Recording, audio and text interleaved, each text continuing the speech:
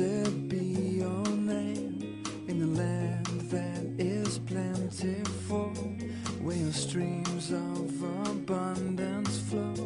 Blessed be your name. Blessed be your name when I'm found in the desert place, though I walk through the wilderness. Blessed be your name. Every blessing you pour out, I'll turn back to praise. And when the darkness closes in, Lord, still I will say, blessed be the name of the Lord. Blessed be your name. Blessed be the name of the Lord. Blessed be your glorious name. Blessed be your name when the sun's shining down on me, when the world's all as it should be. Blessed be your name. Blessed be your name on a road marked with suffering, though there's pain in the offering. Blessed be your name. Yeah. Every blessing you pour out, I'll turn back to praise. When the darkness closes in, Lord, still I will say, blessed be the name of the Lord. Blessed be your name. Blessed be the name of the Lord. Blessed be your glorious name. You give and take away. You give and take away. My heart will choose to say, Lord, blessed be your name. Every blessing you pour out, I'll turn back to praise. When the darkness closes in, Lord, still I'm gonna say, blessed be the name of the Lord. Blessed be your name, Jesus. Blessed be the name of the Lord. Blessed be your glorious name. Blessed be the name of the Lord.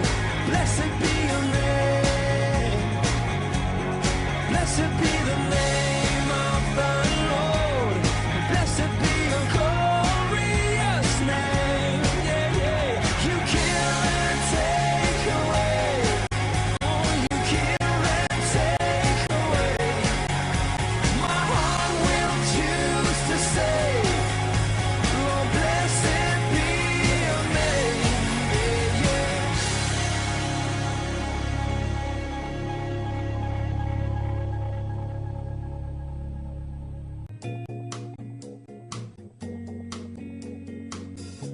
Blessed be your name in the land that is plentiful, where your streams of abundance flow. Blessed be your name. Blessed be your name when I'm found in the desert place, though I walk through the wilderness. Blessed be your name. Every blessing you pour out, I'll turn back to praise. And when the darkness closes in, Lord, still I will say, blessed be the name of the Lord. Blessed be your name. Blessed be the name of the Lord. Blessed be your glorious name. Blessed be your name when the sun's shining down on me, when the world's all as it should. Good afternoon, everyone. Will you please rise for the presentation of colors?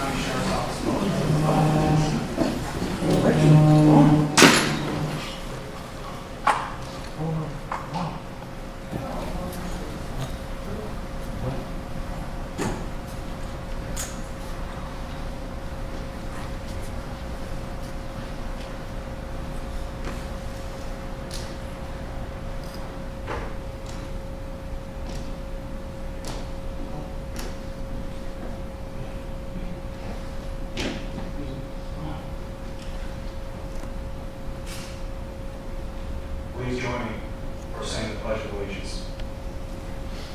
I pledge allegiance to the flag of the United States of America and to the republic for which it stands, one nation, under God, indivisible, with liberty and justice for all.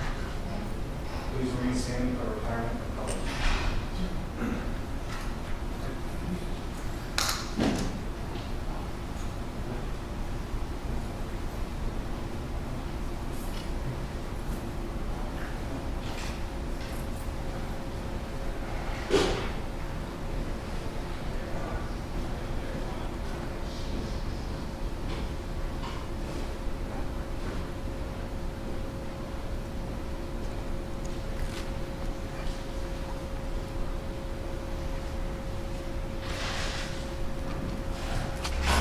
Good afternoon, everybody. Good to see you.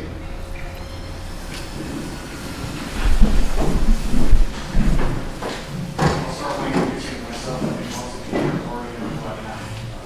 My name is Joseph Bernardo Scarso. I go by JR. I'm Joseph Carroll Scarso's son. Thank you for being here in loving memory of him. Your presence means everything here. It's not me. I have a lot of family friends here. People that I work with, by myself, I'm a firefighter, my friends here as well. Can everybody hear me? You guys can hear me back? Well, again, I do appreciate you being here. Please bow your heads with me. I want to pray. Lord, we come before you. I just want to thank you for this time that we have together, for this opportunity to celebrate my father's life, a life that you blessed him with and that you blessed all of us with. I want to pray for the safety, the well-being, and traveling mercies of everyone in this room and everyone that they care about and love. Please bless this memorial. For your will we pray in the name of Jesus. Amen. Well, I guess I want to start by talking a little bit about our legacy. My grandparents were Bernardo Scarso, rest his soul, and my grandmother, Phyllis Scarso, were the patriarch of our family.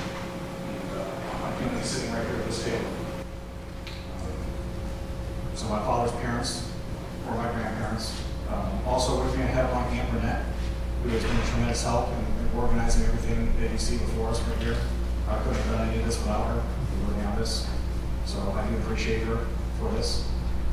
My other aunts and uncles, I just want to, so you know, it's Denise, Darlene, Harmony, who are unable to be here, for they live out of state.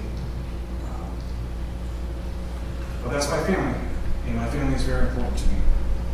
My father, he was kind, he was loving, and for those of you who know him, he was cop-like and he was uncop-like all at the same time. You never forget him. He's the kind of person you meet him and you'll never forget him. He had a very dynamic personality, and he was a very courageous law enforcement warrior. You have to bear with me because it's hard to get up here and speak about him. I don't know, and I'm sure that people are out there, but I have never met anybody personally who was as close to their father as I am to mine. He was the most important person in the world to me. And I'm honored to celebrate his life. And I'm honored to do that with all of you. It means a lot to me that you're here, to my family, and also to my father who smiles down on you from heaven. He loved his family. Of course, we have an Italian background, for those of you who know us. And with that came a very wacky sense of humor. I have a lot of childhood memories, and I think one that highlights the sense of humor the best is when I was a child, and I feel terrible for my father that he had to raise me because I was quite a pain. When I was a child, we went to a store, a grocery store, and as we walked in, he smacked me upside the head. And I looked at him and I said, well, why'd you do that? He tells me, that's just in case. That's just the kind of person he was. And I have a ton of memories, but that one really stuck out at a moment like this when I really like to highlight his humor and the way he was. He was always very kind and patient with every person that he came across, while he was on duty and while he was off duty. It didn't matter if he had a uniform on, or if he was in civilian clothing, or where he was, or what he was doing. He had a certain way with people. And I really do believe that anybody who came across him was blessed. some way. I don't believe that anything happens by coincidence. I believe that everything happens for a reason. He was very kind, very patient. Everybody loves his outrageous sense of humor. He raised me, which was extremely challenging, through tremendously difficult times and circumstances. One of the things that I'll always remember the most about my father was that he persevered. He never gave up. He persevered through everything, even in the face of adversity. In this life, everybody faces adversity. Everybody goes through tragedy, some more than others. The important thing is how you react to it. My father was a shining example of how to deal with adversity, challenge.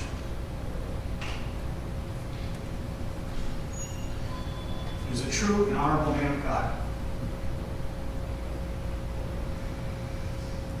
He taught me many things. He taught me strength, honor, dedication, perseverance, and most of all, integrity. Integrity probably the biggest one of all. Integrity, simply integrity, is what you do behind closed doors. What you do and who you are when nobody else is watching. He taught me to always do the right thing, because it is the right thing to do. He inspired me when I was young, and he inspired countless others, not only to live up to their potential, but to go far beyond. When I was in school was a challenge for me. When I brought home an A, he would celebrate that A. He would put that A on the refrigerator, and he was very proud of it. But at the same time, he told me, I want an A+. Next time you need to bring home an A+. And that's what he demanded out of every single person that he cared about. Not only to live up to your potential, but to go beyond it. Because he believed in all of you. He believed in the people that he cares about. Family, friends, human beings in general.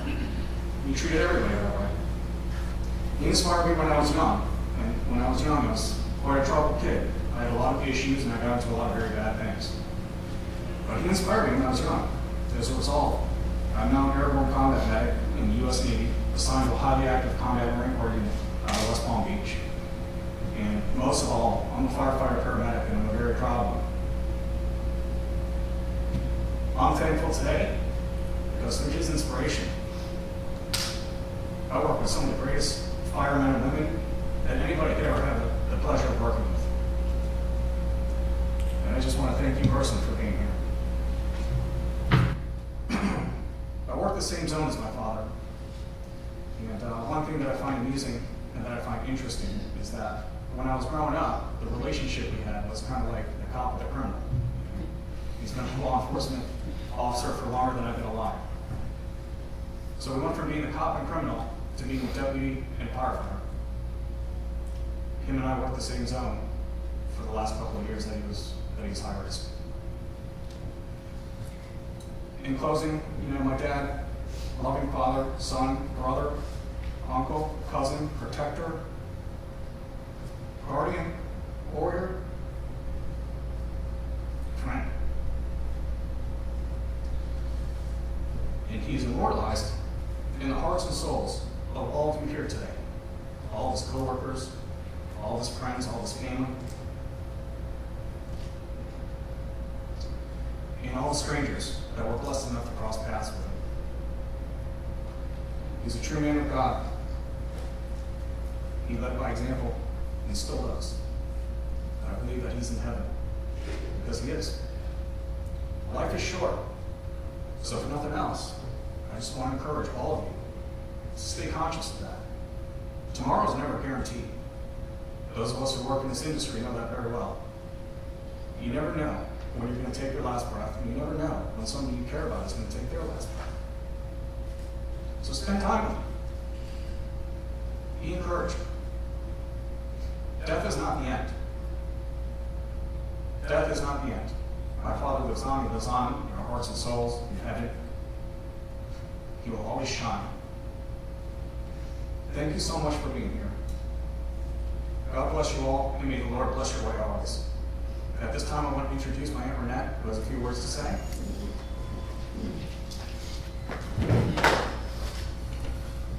Thank you. Well, hoping you guys will be able to hear me. As Joey said, I'm Aunt Renette. We do have 6 children in our family, and I'm the youngest. Joe is the oldest. And out of the 6 kids, we were the 2 that didn't go in a health profession in our family. He went law enforcement. I'm the computer geek. Everyone else is in a health profession. I, like everyone else in our family, you know, my mother is here. I have my godfather here, my cousins.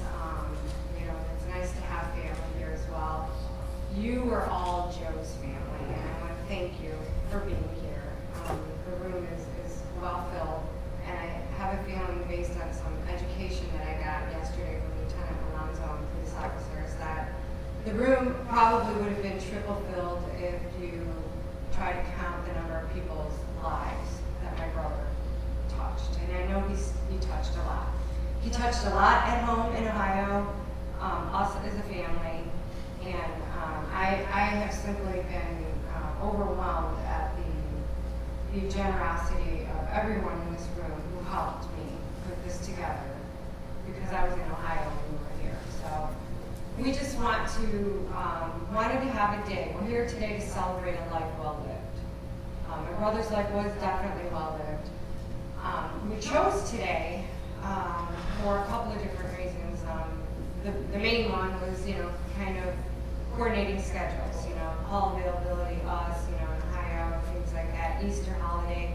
We definitely wanted it around Easter, though, because Joe, this time last year, we were here with him for Easter, and he was speaking of the resurrection. And so with him going home to be with the Lord just before the resurrection, we were trying to get it as close to the holiday as possible.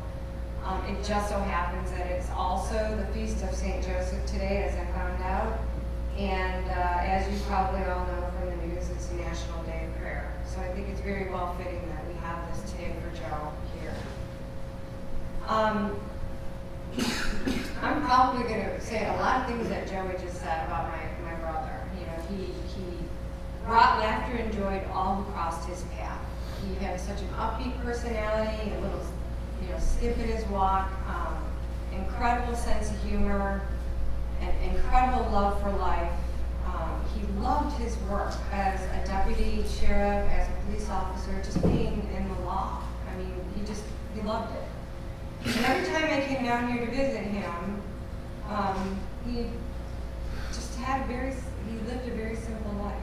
He had simple things, but he was just the happiest person I ever knew, with just those simple things. He was just very humble about everything, very private, and from what I understand, speaking with a number of you, throughout the course of putting this together today, as well as, you know, this week, he was very private with you also, and again, I was educated that you guys are trained to be.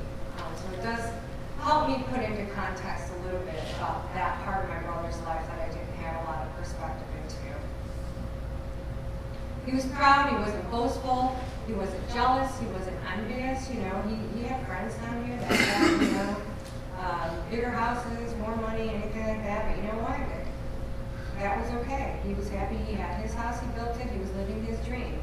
He came down here, he fought hard to get his job back here at the sheriff's office, and he did, and he never complained, just never complained. These are the qualities that speak to such a strong character that my brother had. 2 things he dedicated himself to his whole life: his job, his work as a servant of the law, and my nephew, Joey. And Joey, despite some of the dark paths that he went down, was the brightest spot in my brother's life. And as any father, if any of you were parents here, you know, you would do whatever it took for your children. And when Joey was going down a dark path, Joe was there. And it was a defining moment, I think, in both of their lives. And he charted a different course, and he turned into the young man that he is today, an accomplished young man today. And Joe was so proud of that. In the Navy, a fireman, a medic, I mean, really. I mean, it didn't have to turn out this way, but it did. It did. Joe was being very stoic about his illness. He kept it to himself, fought the battle with every bit of strength he did not share with me or my family directly that he was ill. And I know for a fact he didn't share it with all of you either, based on the conversations that I've had. The two people that he did share it with are in this room today, and I'm not one of them. But the burden became too much for one of those people to bear alone, and so they shared it with me. I continue to respect my brother's privacy, but I checked on him every 4 to 6 weeks or even more often as I could, knowing that he was sick and knowing that I could get up on a plane overnight and be down here to help him. His answer to me is, fine, I'm doing good. Everything's perfect. Everything's great. There's nothing wrong. He didn't sound good on some of those calls, and I asked him, and of course it was just a cold. He fought 2 long years, recovering from the neck surgery they had. Just like Joey said, his perseverance, his determination, it was incredible because the only thing on his mind was getting back to work. He had to get back to work. And he tried really, really hard. I mean, all physical therapy that he did for those 2 years to get to regain the use of his arms back so that he could just slip right back into his prior position, high-risk position. And unfortunately, it didn't work out that way. He couldn't do that. But he did return back to work in a new role, reduced capacity. He was disappointed at first, but he was back. And he was back with the people, and again, I think he was, I mean, you guys are the ones that are telling me this, he's still happy. So when you spoke with him, he still never let you know anything was wrong. And as sick as he was, he went to work every day with his head held up high. Nobody could steal his pride. And I look at this now, and I'm proud to be called his sister. I mean, and I'm going to try and do the same thing that he did. Working 10 hours a day, 4 days a week, and sick, up until the day he went home. He worked that last week, up until the day he went home. I mean, that just speaks volumes to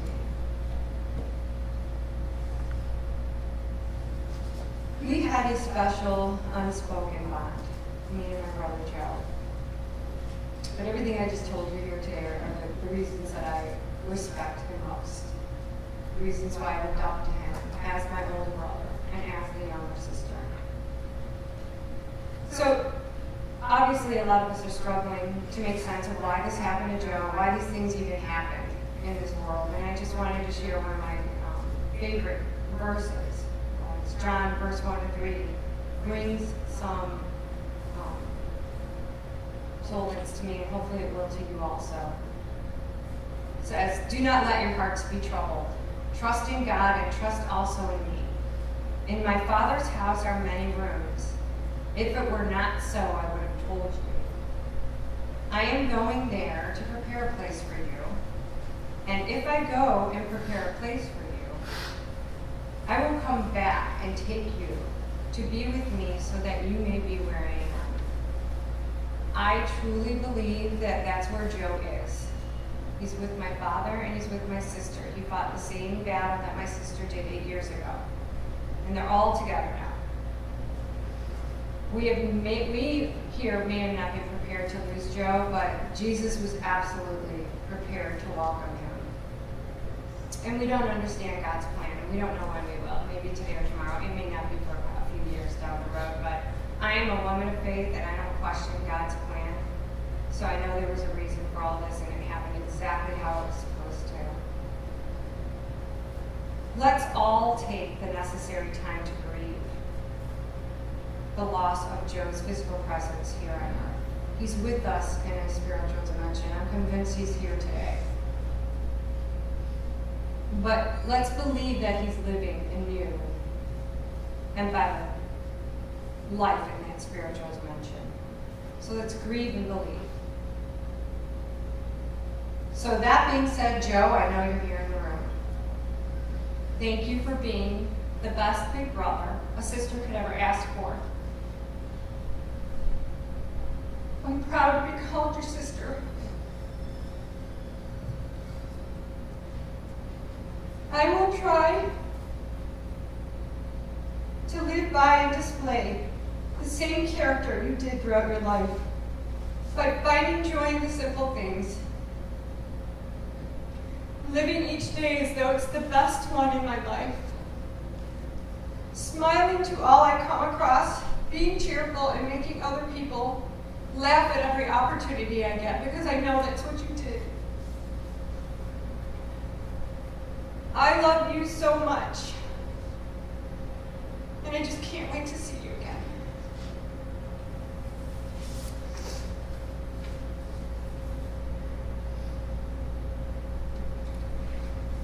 I tried really hard to make it through that. Before I hand things off to Lieutenant Alonso, I have a letter here from Joe's best friend, who because of her work schedule couldn't be here today. So I'm going to read it to you on her behalf. Her name is Lucy Brimsley. The first time I met Joe Scarso was on the levee at Pahokee. His first words to me were, "Where have you been all my life?" And that's when this affair of the heart of ours started. No, we were not in a love affair. We had an affair of the heart. I loved Joe and Joe loved me. Through the years, Joe and I grew to be best friends. I have mentioned that we sought and gave each other fool's advice. I say that because we would ask each other relationship advice, even though it was obvious that neither of us was an expert in that field. But it offered a reason for us to talk to each other on a daily basis. When we were on opposite schedules, we would call each other on our ways to and from work. If one of us was working nights, we would call the other to talk through the trip to ensure that we didn't fall asleep on the ride. During those conversations, we discussed life, weather, kids, family, the ups and downs of the job. We would talk about the events of the day. Joe would torture me with descriptions of his latest Italian concoction as he was cooking each night. And he gave my oldest daughter, Mariah, some recipes for her to try out. He built a relationship with my younger children as well.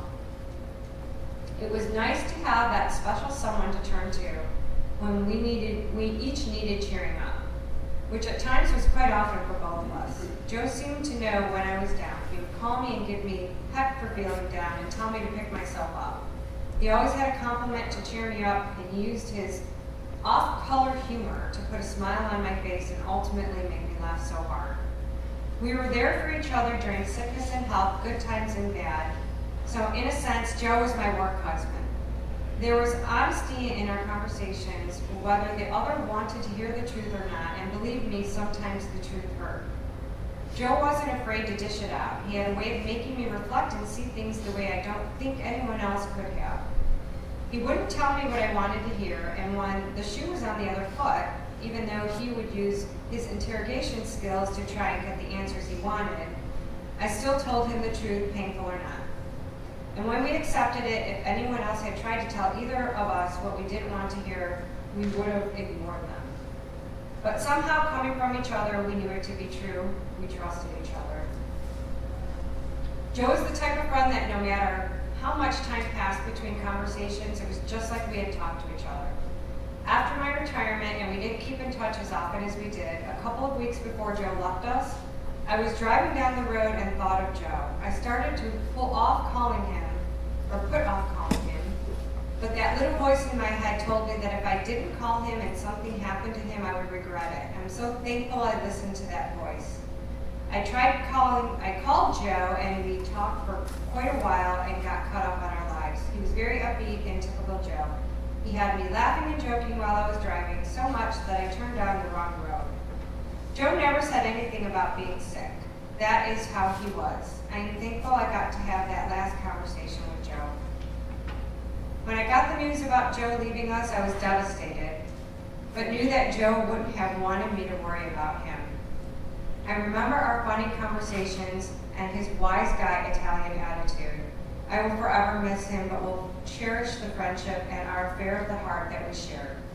Lucy, and I don't know how to pronounce her last name. Thank you.